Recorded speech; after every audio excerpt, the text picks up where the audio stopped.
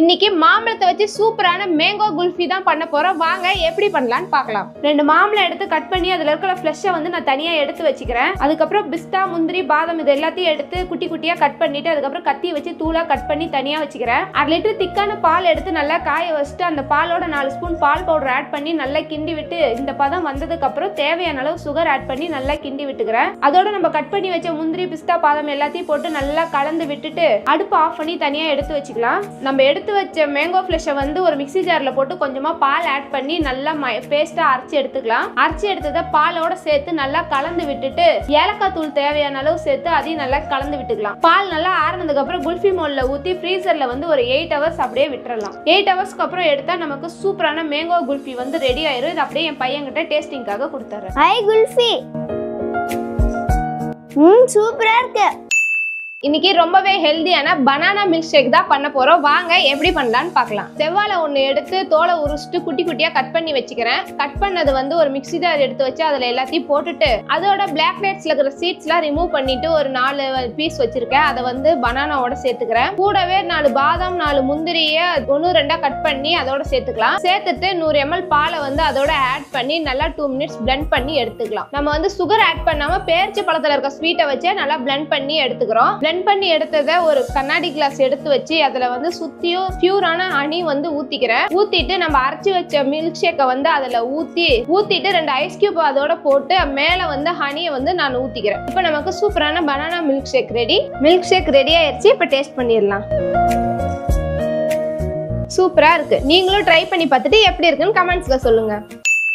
இன்னைக்கு சூப்பரா டேஸ்டான ஒரு கோல்ட் காஃபி பார்க்க போறோம். வாங்க எப்படி பண்ணலாம்னு பார்க்கலாம். ஒரு குட்டி பவுல்ல 1 ஸ்பூன் காஃபி பவுடரை போட்டு கொஞ்சமா தண்ணி ஆட் பண்ணி நல்லா கலந்து வச்சுக்கலாம். ஒரு மிக்ஸி ஜார்ல 1 டம்ளர் பாலை ஊத்திக்கிறேன். அதோட 2 ஸ்கூப் வெண்ணிலா ஐஸ்கிரீம் போட்டுக்கிறேன். அதுக்கு மேல நம்ம கலந்து வச்ச காபி தண்ணியை ஆட் பண்ணிட்டு 2 ஸ்பூன் அளவுக்கு சாக்கோ சிரப்பி அதோட ஆட் பண்ணிக்கிறேன். அதுக்கப்புறம் சுகர் தேவையான அளவு ஆட் பண்ணிட்டு மூடி வச்சு ஒரு 2 நிமிஷம் நல்லா பிளெண்ட் பண்ணி எடுத்துக்கலாம். ஒரு கிளாஸ்ல சுத்தியும் சாக்கோ சிரப்பை அழகா ஊத்திட்டு பார்க்கவே அழகா இருக்குல்ல. இதை ஊத்துனதுக்கு அப்புறம் நம்ம பிளெண்ட் பண்ணி வச்ச கோல்ட் காஃபி வந்து இதுல ஊத்திக்கலாம். இதுல ஊத்துனதுக்கு அப்புறம் மேல வந்து காஃபி பவுடர் வந்து அழகா தூவி விட்டு அதுக்கு மேல ஒரு ஸ்கூப் ஐஸ்கிரீம் வச்சா சூப்பரான டேஸ்டான கோல்ட் காஃபி ரெடி. இது என் பையன்கிட்ட அப்படியே டேஸ்டிங்காக கொடுக்கலாம். கோல்ட் காஃபி ரெடி ஆயிடுச்சு. என் பையன்கிட்ட கொடுத்து டேஸ்ட் பண்ணிடலாம். ஐ கோல்ட் காஃபி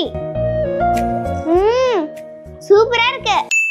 இன்னைக்கு ரொம்பவே டேஸ்டான மேங்கோ பால் பாயாசம் பண்ண போறோம். வாங்க எப்படி பண்ணலாம்னு பார்க்கலாம். 2 மாம்பழத்தை எடுத்து கட் பண்ணி மிக்ஸி ஜார்ல ஃப்ளஷை மட்டும் போட்டுக்கிறேன். அதை வந்து நல்லா அரைச்சி எடுத்து வச்சுக்கிறேன். இன்னொரு மாம்பழத்துல இருக்கிற ஃப்ளஷை மட்டும் குட்டி குட்டியா கட் பண்ணி தனியா வச்சுக்கிறேன். சேமியா வந்து ஒரு 50 கிராம் எடுத்திருக்கேன். அதை வந்து அதுல போட்டு நல்லா வறுத்துக்கிறேன். லைட் ப்ரௌனா ஆனதுக்கு அப்புறம் எடுத்து வச்சுட்டு 1/2 லிட்டர் பாலை வந்து காய வச்சுக்கிறேன். பால் நல்லா கொதிச்சு வரும்போது நம்ம வறுத்து வச்ச சேமியாவை அதுல போட்டு நல்லா வேக வச்சுக்கலாம். கூடயே தேவையான அளவு சர்க்கரையும் போட்டு நல்லா வேக வச்சுக்கலாம். வேகறதுக்குள்ள பாதாம், பிஸ்தா கொஞ்சமா எடுத்துருக்கேன். அதை வந்து கட் பண்ணிக்கிறேன். பாயாசம் நல்லா வெந்ததுக்கு அப்புறம் கட் பண்ண பிஸ்தா பாதாம அதுல போட்டுக்கிறேன். போட்டு நல்லா கலந்து விட்டுட்டு ஏலக்காய் தூள் தூவி நல்லா கலந்து விட்டுக்கிறேன். அடுப்பை ஆஃப் பண்ணிட்டு நம்ம அரைச்சி வச்ச மேங்கோவை வந்து நம்ம அதுல சேர்த்துக்கலாம். சேர்த்துட்டு நல்லா கலந்து விட்டுக்கலாம். கலந்ததுக்கு அப்புறம் கட் பண்ணி வச்சதை கொஞ்சமா போட்டு அதையும் நல்லா கலந்துக்கலாம். ஒரு பவுல்ல செஞ்சு வச்ச பாயாசத்தை ஊத்தி அதுக்கு மேல குட்டி குட்டியா கட் பண்ண மாம்பழத்தை வச்சுக்கிறேன். இப்போ நமக்கு சூப்பரான பாயாசம் ரெடி ஆயிடுச்சு. டேஸ்ட் பண்ணிடுவோம்.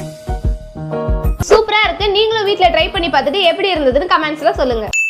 இன்னைக்கு பலாப்பழத்தை வச்சு கேரளா ஸ்டைல்ல ஒரு ஸ்வீட் பண்ண போறோம். வாங்க எப்படி பண்ணலாம்னு பார்க்கலாம். 1/2 கிலோ பலாப்பழம் எடுத்து குக்கர்ல போட்டு லைட்டா தண்ணி ஊத்தி நல்லா வேக வச்சுக்கிறேன். வெந்ததுக்கு அப்புறம் தனியா எடுத்து வச்சுட்டு ஒரு பேன்ல கொஞ்சமா நெய் விட்டு உடைச்சு வச்ச முந்திரியை போட்டு நல்லா ஃப்ரை பண்ணிட்டு அதோட குட்டி குட்டியா கட் பண்ணி வச்ச தேங்காயை போட்டு அதையும் ஃப்ரை பண்ணிட்டு கூடவே திராட்சையும் போட்டுக்கிறேன். எல்லாத்தையும் நல்லா ப்ரௌனா வந்ததுக்கு அப்புறம் ஒரு பிளேட் எடுத்து வச்சுட்டு அதே பேன்ல நம்ம வேக வச்ச பலாப்பழத்தை போட்டு நல்லா மசிச்சுக்கணும். நான் மசிச்சுக்கிறேன். நீங்க வேணா மிக்ஸி ஜார்ல போட்டு அரைச்சுக்கோங்க. நல்லா மசிச்சு நல்லா வந்ததுக்கு அப்புறம் அது கூட வெல்லம் கொஞ்சமா சேர்த்துக்கிறேன். வெல்லம் கரைஞ்சு நல்லா திக்கா வந்ததுக்கு அப்புறம் அதோட தேங்காய் பால் 1 டம்ளர் எடுத்து வச்சிருக்கேன். அதை அதோட சேர்த்துக்கிறேன். சேர்த்துட்டு நல்லா கிண்டி விட்டுக்கிறேன். எல்லாம் நல்லா வெந்ததுக்கு அப்புறம் நம்ம ஃப்ரை பண்ணி வச்ச முந்திரி, திராட்சை, தேங்காய் எல்லாத்தையும் அதுல போட்டு கலந்துட்டு லாஸ்டா வந்து ஏலக்காய் தூள் தூவி இறக்கிடுறேன். இப்போ நமக்கு சூப்பரான கேரளா ஸ்டைல் ஸ்வீட் ரெடி ஆயிடுச்சு. டேஸ்ட் பண்ணிடலாம்.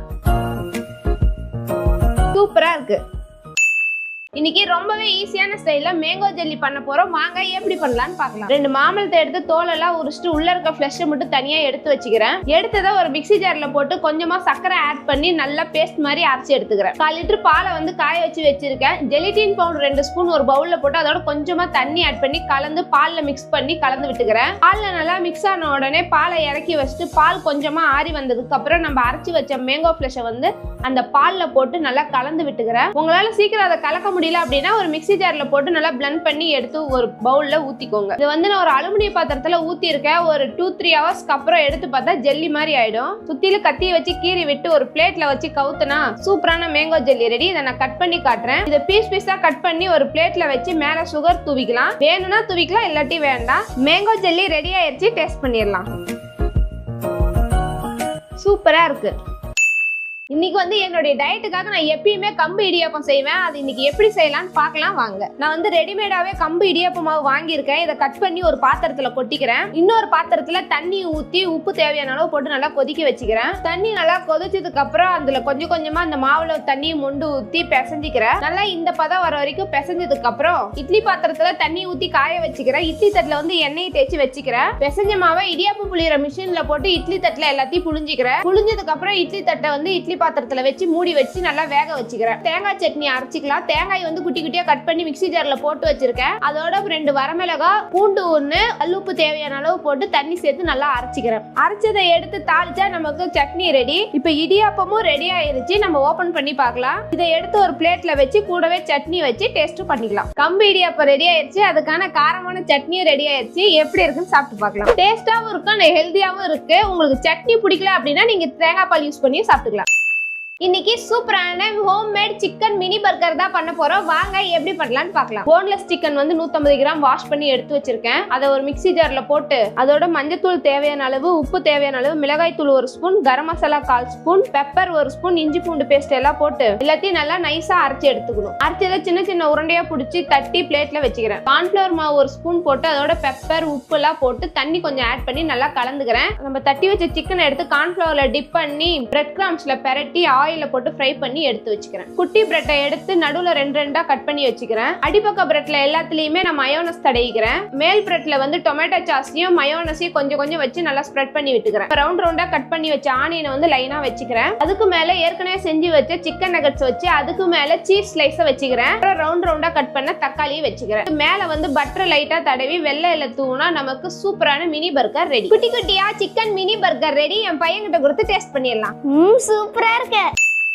ஓரியோ பிஸ்கெட்டையும் டெய்ரி மில்கையும் வச்சு சூப்பரான ஒரு கேக் பண்ண போறோம். வாங்க எப்படி பண்ணலாம்னு பார்க்கலாம். ஓரியோ பிஸ்கெட் பேட் 2 எடுத்து பிஸ்கெட்ல இருக்க கிரீம் தனியா, பிஸ்கெட் தனியா வச்சிருக்கேன். பிஸ்கெட்டை மட்டும் மிக்ஸி ஜார்ல போட்டு பவுடர் பண்ணி ஒரு பவுல்ல கொட்டிட்டு அதோட baking soda 1/2 spoon, vanilla essence 1/2 spoon, பால் கொஞ்சம் கொஞ்சமா ஆட் பண்ணி நல்லா கலந்துக்கிட்டே இருக்கணும். கேக் மோல்ட்ல பட்டர் தடவிட்டு கேக் மிக்ஸா அதுல ஊத்திக்கணும். குக்கரை பெல்ட் விசிலும் இல்லாம ஒரு 5 நிமிஷம் ப்ரீ ஹீட் பண்ணிக்கலாம். அப்புறம் உள்ள ஒரு ஸ்டாண்டை வச்சு கேக் மிக்ஸ் அதுக்குள்ள வச்சு க்ளோஸ் பண்ணிட்டு இப்ப மீடியம் ஃப்ளேம்லயே ஒரு 40 நிமிஷம் அப்படியே விட்டுறலாம். வெந்ததுக்கு அப்புறம் டூத் பிக் விட்டு பாத்தீங்கன்னா கேக் ஒட்டக்கூடாது. ஒரு பேன்ல டெய்ரி மில்க உடைச்சு போட்டு cocoa powder, sugar, vanilla essence எல்லாத்தையும் சேர்த்து பால் ஆட் பண்ணி நல்லா கிண்டி விட்டுட்டு இந்த பதம் வந்த உடனே அடுப்பு ஆஃப் பண்ணிட்டு கேக் மேல ஈவனா கட் பண்ணிட்டு நடுவுல 2 ஸ்லைஸா போட்டுக்கிறேன். சுகர் சிரப் ரெடி பண்ணி வச்சிருக்கேன். அது கேக் மேல ஊத்திட்டு அதுக்கு மேல ஓரியோ கிரீம் லைனா அடிக்கிறேன். செஞ்சு வச்ச டெய்ரி மில்க அதுக்கு மேல அப்படியே ஃபுல்லா அப்ளை பண்ணிடுறேன். இன்னொரு ஸ்லைஸ வச்சு இதுக்கு மேல இதே ப்ராசஸ் பண்ணிட்டு டெக்கரேஷனுக்காக நான் ஒயிட் கிரீமை வந்து மேல 4 பக்கமும் வச்சுக்கிறேன். இதை கட் பண்ணி பார்த்தா நடுவுல அந்த ஒயிட் லேயர் தெரியும். கேக்க டேஸ்டிங்க்கு என் பையன்கிட்ட கொடுத்துறேன். சூப்பரா இருக்கு.